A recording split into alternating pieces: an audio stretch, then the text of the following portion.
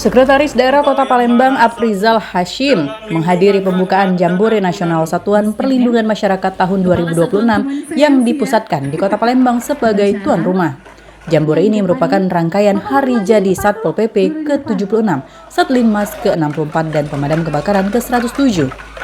Diketahui sebanyak 500 anggota perwakilan Satlinmas se-Indonesia serta para Kasat Pol PP perwakilan se-Indonesia nampak antusias mengikuti pembukaan Jambore Nasional Satlinmas tahun 2026 yang dibuka langsung oleh Direktur Jenderal Bina Administrasi Kewilayahan Kementerian Dalam Negeri, Dr. Safrizal.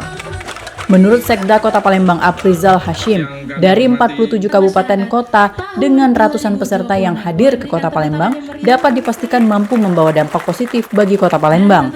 Dirinya juga berharap kepada Satlinmas khususnya Kota Palembang agar dapat saling bahu-membahu dalam menjaga lingkungan masyarakat.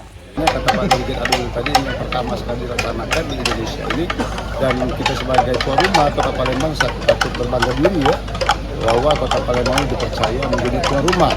Dan kemarin kita membuka scale kompetisi ya, dari pemadam kebakaran tingkat nasional juga yang ada di Kota Palembang. Artinya ada 47 provinsi, 47 kabupaten kota, ada 307 peserta yang ada di Palembang. Ini semua pasti akan membawa dampak yang positif bagi Kota Palembang, termasuk peningkatan keadilan di Kota Palembang. Jadi kita patut berbangga diri untuk dipercaya menjadi tuan rumah acara hari ulang tahun Damkar, hari ulang tahun Pol PP dan Satlinmas di tingkat nasional pada tanggal 1 nanti. Mengacu atensi Wali Kota Palembang agar mengaktifkan kembali pos kamling yang diisi oleh Satlinmas Kota Palembang. Dari Palembang, Sumatera Selatan, Erwin Setiawan, iNews melaporkan.